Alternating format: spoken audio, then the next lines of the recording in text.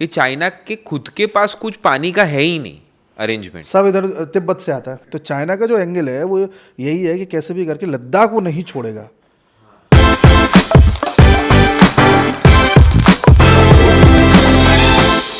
वो अरुणाचल प्रदेश का पॉइंट का जरा बताते हैं कि वो तवांग एरिया जो है वो चाइना ये बोल रहा है कि ये हमारा एरिया है, जबकि वो तो ऑफकोर्स अभी तो इंडिया में ही है। चाइना में जो पहले कम्युनिस्ट लीडर था जिसने पूरे कम्युनिज्म की वहाँ पर नींव रखी, उसका नाम था माओ जेडोंग। हाँ, माओ उसने जेडोंग। अपनी 5 फिंगर और वन पाम की एक पॉलिसी दी थी, जिसमें पाम था तिब्बत जो उन्हें कब जाना था, 5 फिंगर में से एक था लद्दाख, एक था आपका नेपाल, फिर आता है सिक्किम, भूटान और अरुणाचल प्रदेश। तो पहला तो अरुणाचल प्रदेश पर नज़र उस थ्योरी के हिसाब से उन पर है। दूसरी नज़र अरुणाचल पर उनकी है इस बेसिस पर कि जो थ्योरी अभी तक वहाँ से पता चल पा रही है, इस बेसिस पर कि अरुणाचल से जो कई सारी जो पहले चाइना में नदियाँ थीं जो अभी दूषित हो चुकी हैं, तो अरुणाचल से ब्रह्मपुत्रा होकर के गुजरती है। चाइना चाहता है कि उस ब्रह्मपुत्रा के पानी को डेविएट कर ले अपनी तरफ। तो पानी इशू, पानी इज़ द इशू जो लद्दाख में है, तो ब्रह्मपुत्रा के पानी पर उसकी नज़र है। और जो तीसरी थ्योरी कहती है वो ये कि चाइना जानबूझ करके एक ऐसे कॉन्फ्लिक्ट को उत्पन्न करता है कि जिसके एवज में वो अपनी मनचाही चीज़ आपसे ले सके। फॉर एग्जाम्पल, जैसे आपने आज मेरे से मान लीजिए 100 रुपये लिए, तो आपने 100 रुपये लिए और आप थोड़े दिन बाद मैं आपके पास आया, मैंने कहा 100 रुपये दे दीजिए। आपने कहा कौन से 100 रुपये? मैंने कहा दे दीजिए भाई, मैंने आपको दिए थे। आप कहोगे नहीं नहीं पहले 500 रुपये वो दो जो मैंने आपको दिए थे। मैं कहूँगा मैंने कोई 500 दिए ही नहीं है, आपको दिए थे भाई।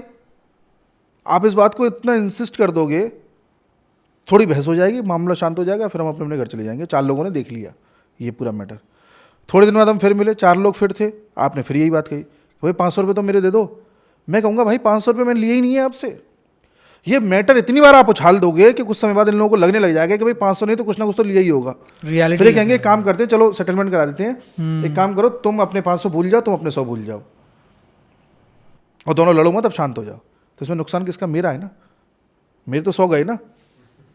चाइना ये करता है, वो अरुणाचल के इशू को इतना बड़ा कर देगा, इतना बड़ा कर देगा कि अंत में इंटरनेशनल कम्युनिटी कहने लग जाएगी कि लगता है अरुणाचल थोड़ा विवादित है। अच्छा इंडिया एक काम करो, इंडिया तुम क्या चाहते हो? इंडिया कहेगा अरुणाचल चाहिए हमें। चाइना बोलेगा कि हम अरुणाचल छोड़ने को तैयार हैं, इंडिया लद्दाख छोड़ दे। तो जो पानी वाला केस यहाँ उसे चाहिए था अरुणाचल में, उसे लद्दाख से मिल जाएगा।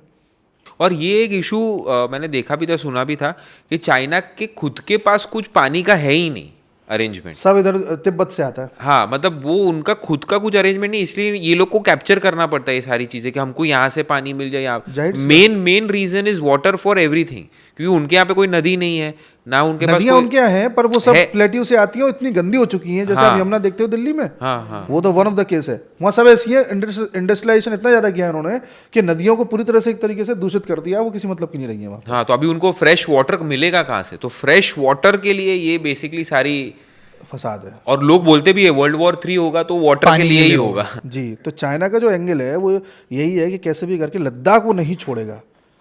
अक्साई चीन जो उसने ले लिया है वो नहीं छोड़ेगा तब तक जब तक चाइना खुद ना टूट जाए, या आप इतने ताकतवर हो जाओ कि चाइना से युद्ध होकर के भी आप उसे 2 दिन में हरा सको। ये अक्साई चीन कब ले लिया था उसने? 1962 में जब वॉर हुआ था। 62 में लिया था। ओके, नेहरू जी के टाइम पे, उसी की वजह से तो वो गुजर गए थे ना, ऐसा बताया जाता है। हाँ, लेकिन नेहरू जी ने बोला था कि भाई वो तो रेतीला मैदान है, रेतीला डेजर्ट है, हमारे किसी मतलब का नहीं है, ले लिया तो क्या हुआ, हम क्या ही करेंगे, उसका ले लेने तो कोई दिक्कत नहीं है।